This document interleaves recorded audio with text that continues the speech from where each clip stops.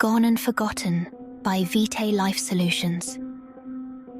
My name is Maria Santiago, and this is the only chance I will have to write this. Tonight I found myself visited by something most foul, a primal horror from the recesses of human civilization.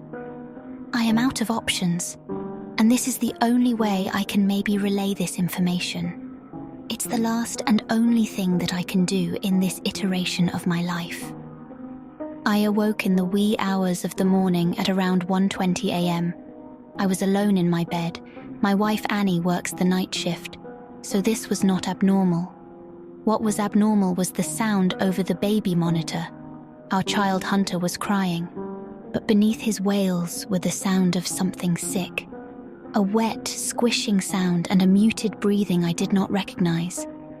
I jumped out of bed and grabbed the handgun from the nightstand. Something terrible had entered the house and was in my son's room. Whatever that thing was, it was going to pay for the mistake it made this night. I silently opened my door and quietly made my way down the hall. As I approached Hunter's room, I saw an eerie red light emanating from the crack beneath the door. I too made out the faintest hints of smoke or fog as well.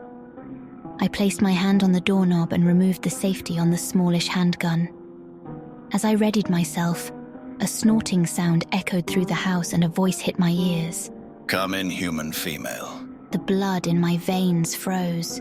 The voice was not normal. It was like the strained death rattle of a beloved family pet. It wheezed and croaked, but offered no sign of speech impediment. If morning had a voice, this was that voice. I slowly opened the door with one hand and held the gun trained in front of me, only to drop it to the floor as I sunk to my knees in horror. Before me was an impossibly large figure. The room we were in was not the nursery, but some sort of horrid metallic room. It was cold and illuminated in red. Along the ceiling ran chains, and some horrid carcasses hung from these chains, gently rustling. The only semblances of Hunter's nursery were a crib, the nightstand, and the baby monitor. This room seemed to bend around the gigantic figure before me. Its body was nothing more than a large flesh-like bulb with a split up the middle. The mass of his body was covered in long, ropey tendrils terminating with fleshy grippers that looked like floppy lobster claws. Atop all of that sat the gigantic, empty-eyed head of a pig. You had the courage to enter, I dare say that is impressive, croaked the horrific voice. Most women will not enter a nursery which I am occupying. Disappointing, it will matter little. I tried to speak, but words froze in my throat. I wanted to shout, "Leave my baby alone," or to reach out and grab my gun and order the beast. I wanted to ask what this thing was, where I was, what the purpose of all this was. Nothing came, though. I just began to hyperventilate as I stared up at two tendrils wrapped around Hunter.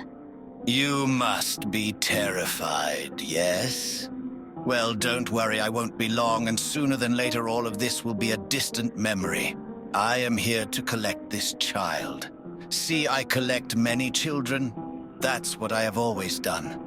I have been doing it since your race first expanded enough to allow for a few children to go missing. Would you like to see? I, still frozen, did not say a word. This did not stop the creature as innumerable tendrils reached down and gripped the split running up the creature's body. Then, in a disgusting, meaty flutter, the creature pulled back its skin. Like some sort of fleshy trench coat, the inside was full of innumerable fleshy pockets. And sticking out of each pocket was a pair of small, human, baby legs. The pockets bulged as if full of something. Then I heard the sound of suckling infants. The pig head seemed to slide down into the center of this opening and pointed its vacant sockets at me. I keep them safe, you see. Humans are such sloppy and lazy creatures. None of you deserve the gift of life, so I take away your children and keep them safer than you ever could. So I will be taking this one, and your memories of him. No, please, I'll give... No, none of that. It will be fine. When I leave here, you will eventually fall asleep. When you wake up, This room will be nothing more than a sewing room, or maybe a storage closet. It will be like it never happened. That is my gift to you. You will forget, and get to live your life as though you never had a child. I know that's probably hard to accept right now, but thankfully, you don't have to accept it. The mouth of the pig creature opened wide, and in went Hunter. Tears began to flow out of my eyes as I fell to the ground and laid there. I was still frozen as I peered up and saw the flesh of the creature bulge and new pocket form. I saw Hunter's little feet pop out of the pocket. In despair, I tried to reach up my hand to this pocket, but the creature snapped shut, its robe-like flesh, and turned from me. I will take good care of him, don't you worry. Well, I still have a lot of mothers to visit tonight, so I will bid you good night. Try and get some sleep. The creature walked away, and the room seemed to follow it as it walked deeper and deeper into this hellacious freezer. It disappeared, and I was on the nursery floor. Finally, I cried and wailed. I hated myself for my inability to act. I hated myself for the apparent cowardice I showed in the face of this creature. Most of all, though, I hated that creature. I contemplated calling the police, or my wife, or anyone. I knew, though, the creature had spoken the truth. This was all going to disappear.